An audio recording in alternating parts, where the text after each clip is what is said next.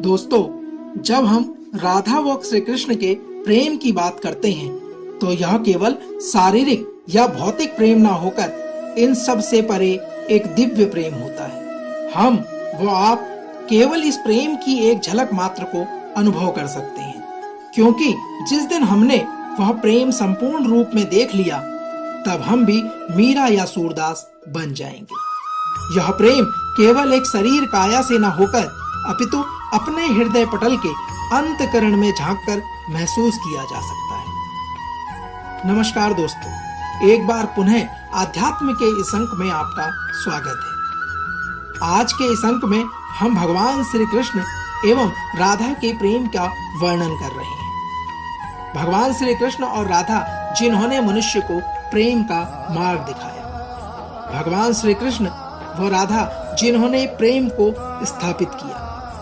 आज के इस अंक में हम उन्हीं के वास्तविक स्वरूप एवं उनके द्वारा किए गए प्रेम को आपके बीच में प्रस्तुत करने जा रहे हैं। तो आइए प्रारंभ करते हैं। कहते हैं एक प्रेम ही भक्ति का सार होता है।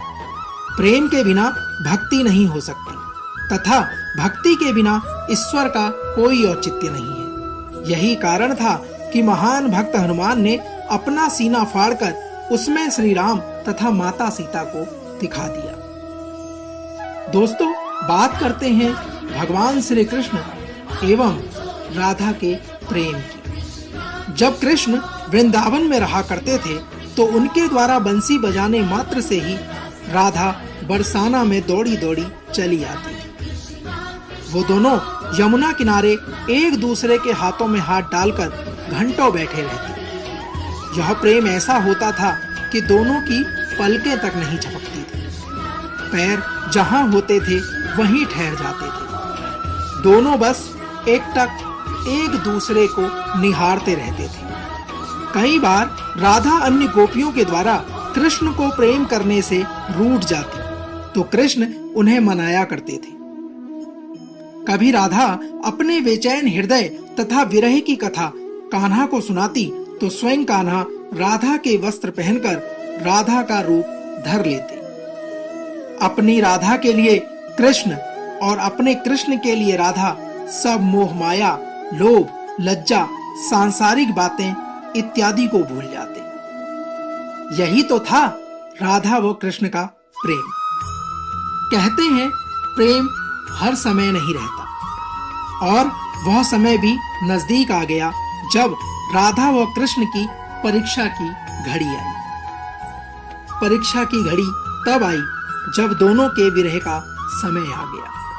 हालांकि दोनों को ही पता था कि निश्चित समय आने पर दोनों का विरह होगा, उसके बाद फिर पहले वाली स्थिति कभी नहीं होगी। किंतु दोनों ने यह सब भूलकर निश्चल मन से एक दूसरे को प्रेम किया। जब कृष्ण वृंदावन से मथुरा जाने लगे तब राधा ने उनसे वचन में यही मांगा था कि उनके हृदय में केवल और केवल उन्हीं का वास हो। इसी के साथ राधा को यह भी ज्ञात था कि अब उनका मिलन संभव नहीं है। इसलिए उन्होंने दूसरे वचन में यह मांगा कि उनके इस भूमि को छोड़ने से पहले एक बार कान्हा से मिलन अवश्य हो।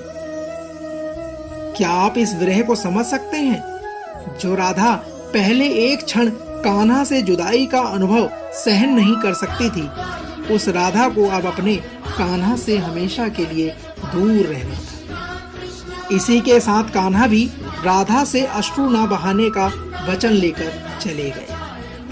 अब अपने मन में उमड़ रही सैकड़ों भावनाओं तथा उन्माद के ज्वार होते हुए भी राधा ने अपने वचन को निभाते हुए अश्रु नहीं बहने।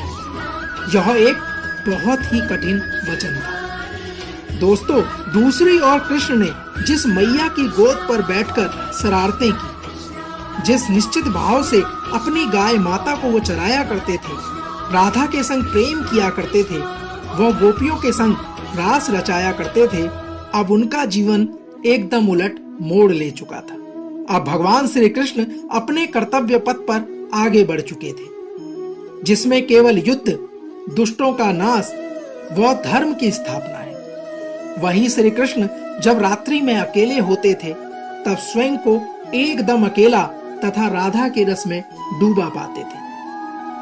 आप समझ सकते हैं क्या रहा होगा उस वक्त का वो वियोग। भगवान श्री कृष्ण को यह भलीभांति ज्ञात था कि अब उन्हें अपने जीवन के आगे के कर्तव्यों का निर्वहन करना है, लेकिन उन्हें यह भी ज्ञात था कि अब उन्हें जीवन भर राधा की एक मधुर याद के सहारे व्यतीत करना है। वही राधा जो उनके हृदय में बसी है, वही राधा जो उनसे कभी अलग नहीं हो सकती, वही राधा जो स्वयं उनकी अर्धांगिनी है, वही राधा जिनके बिना वे अधूरे हैं, और वही राधा जिनके बिना उनका कोई भी अस्तित्व नहीं है। लेकिन इस समाज को संदेश देने तथा प्रेम किस प्रकार निश्चल भाव से किया जाता है, उसके लिए यह विरह की व्यथा तथा तड़प भी आवश्यक थी। इसलिए हम वो आप कितना भी इसे समझने का प्रयास कर लें, जब तक हम साफ हृदय से अपने मन में झांककर कान्हा व राधा के प्रेम को महसूस करने का प्रयास नहीं करेंगे, तब तक हमें उसकी गहराई का ज्ञान नहीं होगा, भगवान श्री कृष्ण और राधा के प्रेम का ज्ञान नहीं होगा। यह प्रेम एक ऐसा प्रेम था जिसे केवल और केवल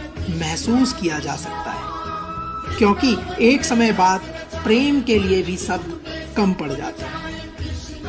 भगवान श्री कृष्ण ने विश्व की सभी भाषाओं से परे अपनी मुरली की धुन से एक ऐसे संगीत की उत्पत्ति की जिसमें कोई शब्द नहीं अपितु प्रेम का अथाह सागर था। जो भी उस प्रेम के सागर में डूब जाता था उसे मुक्ति मिल जाती थी। मनुष्य को चाहिए कि भगवान कृष्ण और राधा की तरह निश्चल प्रेम करे। आज के इस अंक में हमारे द्वारा आपको राधा व कृष्ण की प्रेम कथा से अवगत किया गया। हम आशा करते हैं कि आज का यह अंक आपको अवश्य पसंद आया होगा। अगले अंक में श्री कृष्ण के सुविचारों के साथ फिर होगी मुलाकात। जय श्री कृष्ण। राधे राधे।